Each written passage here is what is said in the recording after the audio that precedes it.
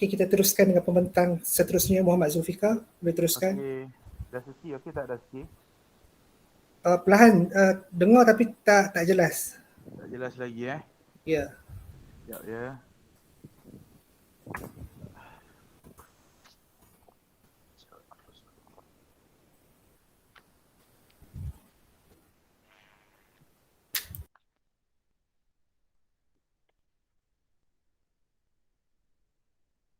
Tes. Cubaan suara. Tak jelas Dah dengar kuat sikit dah. Okey, baik. Sekejap saya present dulu.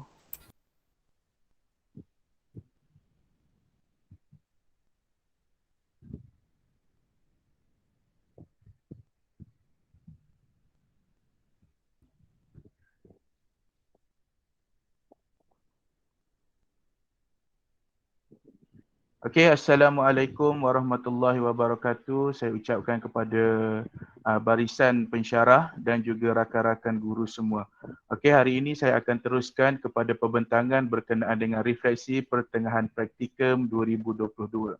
Okey, untuk pengenalan, saya Muhammad Zulfikar bin Mazin daripada XD2 telah melaksanakan praktikum di SK Damansara Damai 2 bawah seliaan Dr. Pun Lili dan dibantu oleh guru pembimbing saya iaitu Puan Nur Hashidah binti Hashim. Baik, untuk ini adalah sebagai maklumat diri sebagaimana yang telah disebut tadi, saya merupakan pelajar yang berpraktikum di bawah subjek pengkhususan subjek sejarah. Okey, ini adalah sedikit berkenaan dengan latar belakang sekolah saya. Sekolah saya adalah Sekolah Kebangsaan Damansara Damai 2 terletak di Damansara Damai bawah seliaan PPD Petaling Utama. Guru besar adalah Encik Zubir bin Yaakob dan dibantu oleh 5 orang pentadbir iaitu penolong kanan pentadbiran, penolong kanan hal ehwal murid, penolong kanan co-curriculum, penolong kanan petang dan juga penolong kanan pendidikan khas. Berkenaan dengan sekolah saya, sekolah saya telah dibina pada tahun 2011 namun pada peringkat awal itu hanya berperanan sebagai urusan pentadbiran sahaja dan hanya memulakan urusan persekolahan dan dibuka secara penuhnya pada tahun 2012. Sekolah Kebangsaan Damansara Damai 2 juga merupakan sebuah sekolah yang dikategorikan sebagai sekolah TS 25 dan mempunyai 2 sesi dan tak nampak slide ke? Slide nampak Zul, cuma letak dekat buat sebagai slideshow. Okey, baik.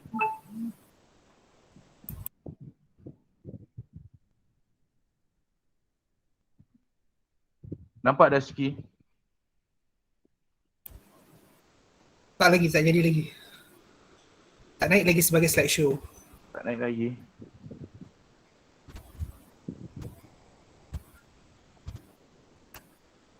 Sekejap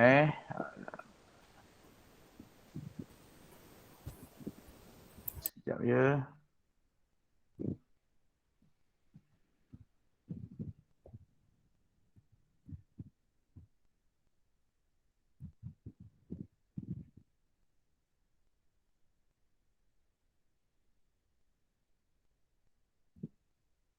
Naik tak terus sikit? Naik dah. Okey, baik. Saya sambunglah dulu. Okey, sesi persekolahan di sekolah saya merangkumi 2 sesi iaitu sesi pagi dan sesi petang. Sesi pagi terdiri daripada murid tahap 2, tahun 4, 5 dan 6, manakala sesi petang pula merangkumi murid tahun 1, 2 dan 3. Jumlah guru pula adalah seramai 86 orang sehingga hari ini, manakala bagi jumlah pelajar pula merangkumi 1,250 orang mengikut data yang terbaru. Baik, ini berkenaan dengan maklumat murid ataupun kelas yang saya ajar. Saya telah memilih 4 kelas untuk dijadikan sebagai kelas sepanjang praktikum saya iaitu 4 cerdik yang terdiri daripada 32 orang pelajar, 4 dinamik 35 orang pelajar, 4 inovatif 36 orang pelajar dan 4 potensi 37 orang pelajar. Dan proses ini dijalankan secara penggiliran kerana sekolah saya masih mengekalkan konsep penggiliran sebab jumlah muridnya yang ramai. Jadi bilangan yang hadir pada setiap minggu hanyalah separuh, merangkumi lebih kurang 15 orang sahaja untuk setiap sesi. Okey, sekarang untuk bahagian senarai kandungan, di dalam slide ini saya akan terangkan beberapa perkara, antaranya berkenaan dengan pengetahuan dan kemahiran sedia ada di IPG yang diaplikasikan di sekolah. Yang kedua, pengetahuan dan kemahiran baru yang diperoleh.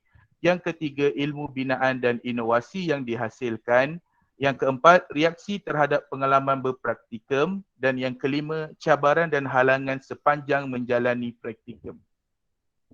Untuk yang pertama, berkenaan dengan pengetahuan dan kemahiran sedia ada yang ada di IPG yang diaplikasikan di sekolah. Antara pengetahuan sedia ada yang diperolehi adalah berkenaan dengan teknologi maklumat dan komunikasi, iaitu penggunaan media elektronik, media cetak dan juga penggunaan bahan maujud. Okey, ilmu ini telah dapat saya kuasai apabila pelaksanaan PDPR sebelum ini yang mana memerlukan kita berada di rumah, telah banyak membantu meningkatkan pengetahuan dan kemahiran saya khususnya daripada aspek penggunaan teknologi. Untuk pengetahuan semua, saya merupakan individu yang agak lemah dari aspek teknologi dan lebih tertumpukan kepada penggunaan buku teks dan lembaran kerja selalunya. Namun begitu, semenjak apabila telah mengikuti kelas secara atas talian dan dengan tunjuk ajar atau bimbingan para pensyarah, serba sedikit telah membantu meningkatkan pengetahuan saya, khususnya daripada penggunaan Google Classroom, sumber YouTube dan Canva sebagai contoh. Selain itu, penggunaan media cetak juga, saya juga telah didedahkan berkenaan dengan pemilihan ataupun lembaran kerja yang bersesuaian untuk diberi kepada murid-murid, dan juga ditekankan akan kepentingan penggunaan bahan maujud semasa melaksanakan pengajaran dan pembelajaran di dalam kelas. Yang kedua adalah pedagogi abad ke-21. Melalui elemen ini, kita dapat tengok kebanyakannya adalah berpusatkan bahan, iaitu murid menghasilkan aktiviti menggunakan bahan. Cikgu tidaklah perlu menekankan secara menyeluruh, tetapi memberi satu bahan dan arahan yang jelas dan murid akan melaksanakan tugasan mereka. Guru hanya berperanan untuk membantu jika murid tersebut tidak mampu melaksanakan tugasan mereka. Yang kedua adalah berpusatkan murid. Setiap tugasan yang telah mereka laksanakan, mereka diberi peluang untuk membuat pembentangan hasil kerja di dalam kelas. Di dalam kaedah ini secara tidak langsung telah mampu meningkatkan keberanian murid ataupun keyakinan diri mereka untuk membuat pembentangan di hadapan orang ramai. Yang ketiga, pengaplikasian teori pendidikan. Selepas belajar dengan pihak IPG ataupun dalam kelas yang lepas melalui teori, saya telah memilih teori peneguhan Skinner sebagai satu kaedah yang boleh diaplikasikan semasa pengajaran. Kaedah ini menekankan kepada pemberian ganjaran, pujian berdasarkan maklum balas atau hasil kerja murid. Berdasarkan pemerhatian saya, teori ini sedikit sebanyak telah memberikan satu keyakinan kepada murid, mereka lebih berani untuk mencuba, mereka lebih berani untuk menjawab soalan walaupun jawapan yang diberikan tidak tepat. Mereka juga berani untuk menunjukkan potensi persaingan antara rakan mereka. Mereka tidak sahaja membiarkan seorang individu sahaja yang menjawab semua soalan, mereka juga lebih berani untuk mencuba menjawab persoalan-persoalan yang dikemukakan semasa dalam kelas. Dan yang keempat adalah seni dalam pendidikan. Seni dalam pendidikan saya dapat katakan bahawa sangat membantu saya, khususnya dalam memberi untuk mendidik murid-murid di dalam kelas. Seperti yang kita ketahui, murid-murid kita bukan sahaja terdiri daripada murid yang pandai, ada juga murid yang kita katakan sebagai kategori kelas belakang. Tetapi melalui aspek nyanyian khususnya ataupun tayangan video nyanyian dan kita juga meminta mereka menyanyikan lagu berdasarkan video yang kita tunjuk. Mereka dapat melaksanakan nyanyian tersebut dengan baik. Okey, walaupun ada yang malu sebab mereka beranggapan nyanyi je mesti kena suara sedap, tetapi kita tekankan bahawa kita belajar bukan berkenaan nyanyian, tetapi kita hanya menggunakan kaedah nyanyian untuk menyampaikan maklumat. Jadi suara sedap ke tak sedap itu letak belakang. Jadi apabila kita bagikan sokongan dan support yang berterusan, mereka sangat berani untuk mencuba. Yang kedua, berkenaan dengan pengetahuan dan kemahiran baru yang diperoleh. Antara pengetahuan dan kemahiran baru yang saya perolehi adalah berkenaan dengan pengurusan kelas dan murid. Pada peringkat awal, saya dilantik sebagai guru PDPP pada pertengahan 2020. Saya tidak mempunyai satu ilmu yang betul dalam pengurusan kelas. Apa yang kita lakukan kalau nak uruskan kelas, nak kawal murid, kaedah yang pertama kena marah, kena jerit. Okey, itu menyebabkan murid takut. Tetapi apabila kita dah masuk ke IPG dan telah didedahkan, kita telah tahu beberapa cara yang tertentu ataupun beberapa kaedah yang tertentu yang dirasakan sesuai untuk mengawal murid kita di dalam kelas. Yang kedua, saya juga belajar cara mengendalikan pengurusan kelas dengan ibu bapa. Kita tahu khususnya guru kelas, mereka akan menghadapi isu dengan ibu bapa. Ada yang ibu bapa minta nak anak duduk depan, ada yang ibu bapa kata anaknya tak nampak. Jadi kita sebagai seorang guru harus bijak untuk mengatasi masalah-masalah yang timbul khususnya daripada pihak ibu bapa. Yang kedua, pengurusan program dan aktiviti sekolah. Ini yang terbaru yang berlaku pada saya khususnya sebelum buka sekolah hari itu. Saya sebagai jawatan kuasa kebersihan dan keceriaan sekolah. Dalam menentukan jadual ataupun pengagihan tugas, kita tak boleh ambil mudah. Okey, sebab saya sendiri dah kena hari itu, pengalaman telah mengajar saya bahawa sangat penting untuk kita bentukkan jawatan kuasa yang betul-betul dalam mengendalikan program sekolah. Kita tak boleh nak letak-letak ikut suka kita kerana nanti akan timbul isu. Okay, ada cikgu ni kata dia tak boleh dekat sini, ada cikgu ni kata dia ada tugas yang lain. Dan yang terbaru disebabkan PKP ataupun kes COVID-19, penyesuaian pelaksanaan SOP di sekolah dan dalam kelas. Sebelum ni kita dapat tengok SOP, kita boleh katakan agak masih bercelaru pada peringkat awal. Ada yang kata begini, ada yang kata jaraknya 1 meter, meja ke meja, ada yang kata 2 meter dan sebagainya. Jadi benda itu telah bukan sahaja mengajar kita semua sebagai benda yang baru, tetapi kita juga dapat berfikir secara rasional untuk menentukan satu SOP yang bersesuaian dengan sekolah dan kelas kita. Sebab kita tahu jumlah murid tak sama dalam setiap kelas dan kalau mengikut pun keluasan kelas pun ada yang berbeza-beza mengikut sekolah tersendiri. Dan yang ketiga, kemahiran interaksi, komunikasi dengan warga sekolah. Kita kena mesra dengan semua pihak, jadi kita kena menguasai, kita kena ada ilmu berkomunikasi dengan setiap pihak yang berada di sekolah. Seperti pentadbir, ada gayanya untuk kita berkomunikasi. Begitu je dengan rakan guru, AKP, AJKP IBG, pekerja kebersihan dan pengawal keselamatan. Kita bukan kata untuk mengasingkan antara jawatan mereka, tetapi setiap individu ini ada kaedah yang sesuai untuk kita berkomunikasi, bukan menggunakan kaedah yang sama. Yang ketiga, ilmu binaan dan inovasi yang dihasilkan.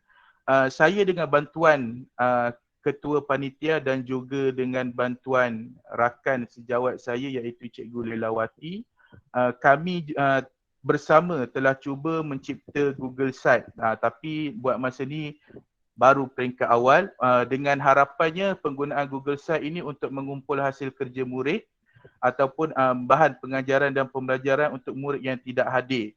Okey, kemudian saya juga menghasilkan slide ringkas. Ini saya tumpukan untuk kelas tahun 4 saya lah, sebab saya di sekolah tersebut saya mengajar ke semua tahun 4. Jadi saya telah menghasilkan satu slide ringkas berdasarkan buku teks dan buku nota. Di dalam slide tersebut saya juga memasukkan video-video pembelajaran yang dirasakan sesuai untuk membantu sebagai panduan kepada murid-murid untuk membuat rujukan pada masa-masa yang akan datang. Dan yang keempat, Reaksi terhadap pengalaman berpraktikum. Yang pertama, aplikasi pengetahuan dan kemahiran dalam situasi sebenar. Waktu kita belajar di IPG, kita belajar secara orang kata atas talian, kita tak dapat nak rasai apa yang kita belajar. Jadi apa yang kita telah belajar tadi, semasa berpraktikum ini telah kita dapat gunakan sebaik mungkin. Sebagai contoh, kita tahu setiap murid mempunyai tingkah laku dan latar belakang yang berbeza. Jadi kita perlu bijak menggunakan ilmu psikologi untuk mengenal pasti tingkah laku ataupun bahasanya untuk kita tackle perangai murid-murid kita, sebab kita tahu mereka datang daripada pelbagai latar belakang. Jadi kita kena kenal pasti dan kita kena bijak dalam menggunakan teknik untuk menguasai atau untuk mengenal murid-murid kita. Kemudian menyesuaikan diri dalam situasi sebenar di dalam kelas. Okey, apabila kita tengok, kalau kita tengok secara mata kasar, senang je nak handle murid dalam kelas. Tapi apabila kita duduk dalam kelas itu, kena berhadapan dengan paling-paling tidak 35 orang murid yang mempunyai pelbagai tingkah laku, barulah kita kenal ataupun kita kena bijak untuk mencari teknik ataupun menyesuaikan diri dalam situasi sebenar yang berada di dalam kelas. Kemudian bilangan murid yang ramai dalam satu kelas menyebabkan guru kena bijak merancang dan melaksanakan aktiviti yang melibatkan semua murid supaya dapat mengawal, supaya dapat mengekalkan kelas dalam keadaan yang terkawal. Seperti yang saya kata tadi, kepelbagaian tingkah laku dan latar belakang. Jadi cikgu kena bijak, bukan saja mengajar semata-mata, kena merancang aktiviti yang bersesuaian supaya dapat melibatkan semua murid tanpa kira murid tersebut murid pandai, murid peringkat yang tengah ataupun murid yang belakang. Kerana matlamat mereka semua tidak lain tidak bukan datang ke sekolah semata-mata untuk menuntut ilmu. Yang kedua, suasana sekolah yang positif. Saya bersyukur apabila ditempatkan di SK Damansara Damai 2 kerana merupakan sebuah sekolah yang dikatakan sebagai sekolah baru 2012 hingga 2022, baru 10 tahun. Dengan infrastruktur bangunannya yang cantik dan suasana sekolah yang boleh tahan menarik. Okey, dalam masa yang sama mempunyai hubungan yang baik dengan semua warga sekolah. Khususnya hubungan antara guru dan pentadbir. Buat masa ni masih belum ada isu-isu yang besar. Kalau ada berlaku sedikit perselisihan faham, semuanya diselesaikan dengan kaedah keluarga ataupun cara anak beranak lagi. Dan yang kedua, guru lain sentiasa membantu dan memberi tunjuk ajar. Saya selaku guru praktikum ataupun cikgu baru sangat bersyukur kerana guru-guru, bukan sahaja guru pembimbing, bahkan pihak pentadbir sendiri selalu memberi sokongan, selalu bertanya khabar dan sedia membantu ataupun memberi tunjuk ajar kepada saya untuk membantu saya mempertingkatkan khususnya dalam aspek pengajaran ataupun tugas-tugasan yang telah diberikan kepada saya supaya saya dapat melaksanakan setiap tanggungjawab yang diberikan dengan baik. Okay, dan yang kelima, cabaran yang dihadapi sepanjang menjalani praktikum. Walau di mana berada, kita kena pandai bawa diri kerana cabaran sentiasa akan kita hadapi dan cabaran-cabaran berbeza akan kita hadapi pada setiap tempat yang berbeza-beza. Okey, kalau kita pergi ke satu tempat, okey, ini cabaran dia. Kalau kita pergi ke tempat yang begini, begini cabarannya. Jadi antara cabaran yang perlu saya hadapi antaranya masalah peralatan ICT. Okey, sebagai contoh, jika saya nak memaparkan projektor atau video, saya perlu ke makmal komputer sahaja kerana di situ sahaja ada kemudahan LCD dan juga kemudahan komputer yang lengkap. Namun begitu, sedikit masalah lagi timbul kerana jarak makmal yang berada tingkat yang paling atas, jauh daripada kelas. Jadi murid mengambil masa yang agak lama, kadang-kadang sampai 5 minit telah digunakan semata-mata untuk berjalan daripada kelas ke makmal.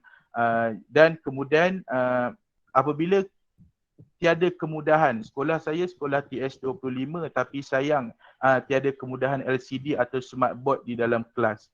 Okey, jadi itu sedikit cabaran kepada saya, tetapi kita sebagai seorang guru haruslah mencari inisiatif yang tersendiri ataupun yang bersesuaian dengan kemampuan kita untuk memastikan proses pengajaran dan pembelajaran kita tetap berlangsung sebagaimana yang telah kita rancang. Dan yang kedua, capaian internet yang perlahan. Okey, ini berlaku pada hari Jumaat yang lepas apabila kita nak membuat nak tunjuk video. Jadi apabila internet itu tak kuat, internet yang disediakan oleh sekolah tidak kuat menyebabkan berlakunya lag pada video tersebut, dan itu juga telah memakan masa, jadi mengganggu konsentrasi. Okey, dan apabila penggunaan komputer sebagai contoh, kalau murid gunakan dalam jumlah yang ramai, jadi itu pun menimbulkan masalah, internet jadi agak mengganggu. Berkenaan dengan penggunaan internet, saya telah berbincang dengan Cikgu Lela. Kami mengambil inisiatif yang tertentu.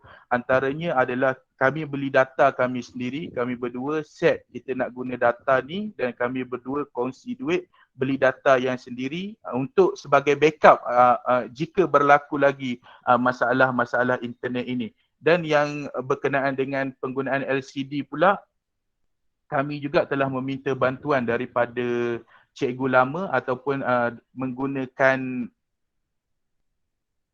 panitia sejarah sendiri untuk mendapatkan projektor daripada pihak pentadbir untuk kita gunakan dalam proses pengajaran dan pembelajaran itu.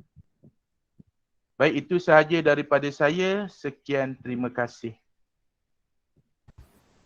Terima kasih kepada saudara Muhammad Zulfikar atas pembentangan itu tadi. So saya bukakan kepada rakan-rakan yang ingin bertanyakan soalan kepada saudara Zulfikar.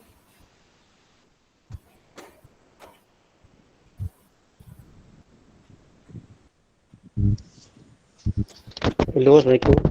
Saya biasa jawab, biasa tanya ya. Salam. Silakan. Okey, yang pertama sekali, Zulfikar, saya tertarik dengan kenyataan anda yang pertama tadi, di mana anda kata pada awalnya mula-mula anda masuk tu guru tahu nak marah je kan, lepas tu bila dah belajar tu baru anda dapat pelbagai kaedah lah kan. Jadi nampaknya berkesan lah yang diajar oleh mungkin rakan-rakan saya yang terlibat dengan pedagogi dan sebagainya, dan semua lah nampaknya berkesan lah kan. Jadi pertama sekali memang saya kadang-kadang guru ni dia macam tak ada cara lain kecuali pembaris, rotan kan, cubit. Sedangkan dia tak buat apa-apa pun. Dia tak melaksanakan apa-apa pun lagi kan. Dia dah menghukum pelajar tersebut, kebisingan dan apanya. Sebenarnya balik pada kita lah macam persediaan kita tu kan. Jadi bila anda katakan anda mendapat something yang anda gunakan, boleh guna pelbagai cara. Saya pun bawa balik daripada observe tadi ya, observe Hanan tadi ya. Kejap tadi baju tak tukar lagi, tak salin lagi baju ni. Sebab daripada tu saya balik ke sini. Jadi sebelum balik ke jadi itu penting lah ya. Semua pelajar lah ataupun cikgu lama, cikgu baru pun kalau anda tengok, tolonglah nasihat pelan-pelan kan. Janganlah hentam pelajar tu dulu kan. Sebab naya lah pelajar tu kan. Kita tak buat apa-apa tapi kita telah menghukum. Itu yang pertama. Yang kedua tadi anda juga ada kesalahan ejaan jarak tu. Tengok jarak jadi jarak kan. Satu. Yang ketiganya tentang LCD ni, saya cuba sarankan pada anda setiap tahun kalau PIBG anda kurang kemampuan, tapi setiap tahun anda cuba minta satu LCD. Setiap setahun satu LCD. Atau macam saya buat, saya YDP ya. Jadi saya buat begini, dia orang memang bersetuju untuk kutip sedikit untuk ICT punya yuran. Jadi ICT itu digunakan untuk segala bentuk ni lah keperluan kita, dan kita hari ini memerlukan kan. Ya, jadi itu cadangan saya. Anda bawalah usul ni ke Mesyuarat Agung PIBG untuk anda adakan satu kutipan, ataupun memang kutip setiap tahun, ataupun tarik sikit duit daripada PIBG itu untuk membeli LCD setiap tahun satu ke, kalau mampu belilah dua kan. Jadi lama-lama legaplah benda tu kan. Contohnya darjah 4, seluruh darjah 4 dapat satu, darjah 5 dapat satu, darjah 6 dapat satu kan. Kemudian tahun depannya beli satu lagi, dan mungkin lengkap ya. Jadi saya saran begitulah. Begitu juga dengan data yang anda gunakan tu kan. Cara tu baguslah kita begitulah. Guru ni memang terpaksa korban banyak lah kan. Saya ucap tahniah lah pada anda tu, yang berdua yang dah kata tu. Cumanya dengan cara lain ialah melalui PIBG juga, sebab PIBG itu adalah anak-anak mereka, ya. Jadi tanggungjawab itu perlu komuniti tanggung bersama lah saya kira. Jadi dengan komitmen PIBG dan juga guru mungkin dapat mengatasi masalah LCD tadi. Tak perlulah buang masa sampai, ya, contohnya kalau lepas rehat contohnya kan, lagi dah rehat tu nak masuk satu hal, sampai tempat makmal satu hal kan, nak menyediakan pelajar pun 5 minit dia berpeluh dan sebagainya kan, dah satu hal lagi. Jadi itu akan makan masa, tinggal 10 minit 20 minit je untuk nak mengajar kan. Jadi itu kena fikirkan balik lah. Yang lain tu saya rasa tak ada masalah, dan saya sangat berbangga dengan anda menyatakan anda dapat something lah dalam mempelajari kan. Okey, terima kasih banyak-banyak. Baik, thank you Doktor. Terima kasih Dr. Jeff. Ada sesiapa lagi yang ingin mengajukan soalan? Okey. Tanya saya ucapkan kepada Sufika kan. Okey. Ya, so tadi saya lihat paparan anda kan bahawa anda ada guna cara pedagogi kan yang abad ke-21 kan. Boleh jelaskan lah supaya kawan-kawan boleh dengar ke? Apakah kaedah pedagogi yang anda gunakan? Silakan. Okey, Miss, Doktor pun, okey, antara kaedah yang saya gunakan yang pertama tadi berpusatkan bahan. Sebagai contoh, selepas saya membuat induksi dan kemudian kita masuk kepada langkah 1, kita ambil sedikit masa hanya untuk menerangkan secara asas. Okey, kemudian kita akan bagi bahan kan, sebagai contoh hari itu saya pernah melaksanakan berkenaan dengan tahun 5 yang sebelum ni lah, maksud saya yang sebelum ni, bukan kelas yang tahun ini. Jadi kita menunjukkan gambar, jadi mereka cuba membentukkan sebagai contoh keris, ataupun saya juga menggunakan tanah liat untuk kemudian minta mereka menghasilkan sumber-sumber sejarah, sebagai contoh artifak yang mereka temui, sebagai contoh piring ataupun duit shilling. Jadi kita menggunakan bahan bantu yang disediakan oleh panitia, masa itu ada tanah liat. Jadi tanah liat ni kita bagi peluang kepada murid itu sendiri, okey, cuba awak ingat balik artifak apa yang pernah kita belajar, ataupun apa yang awak tahu dan apa yang awak pernah tengok. Mereka cuba hasilkan macam-macam bentuk, ada yang buat shilling, ada yang buat mangkuk dan sebagainya. Itu antara yang saya guna. Benda mawujud kan, okey. So lepas tu murid akan lebih menarik kan. Okey, tertarik. Doktor, mereka lebih seronok sebab mereka sendiri kata, cikgu sebelum ni saya tengok pada buku, terasa nak pegang tetapi susah benda tu, sebab benda itu kan benda yang dah kita pun susah nak dapatkan. Jadi kita bagi peluang awak cipta sendiri berdasarkan gambar-gambar yang saya sediakan ataupun pengetahuan-pengetahuan berkenaan dengan bahan-bahan yang awak dah dapat sepanjang tempoh kita belajar. Jadi kita bagi peluang, dan dalam masa yang sama kita dapat tengok, okey, ada murid saya yang kreatif. Mereka dapat bukan saja dapat bentuk, siap boleh buat corak pada bahagian-bahagian tepi produk-produk mereka tu. Agak mengejutkan lah, sebab sebelum ni saya tak pernah guna kaedah tu. Okey, Tania. Okey, terima kasih. Itu saja. Thank you. Okay, thank you Doktor. Sama. Terima kasih Dr. Pun.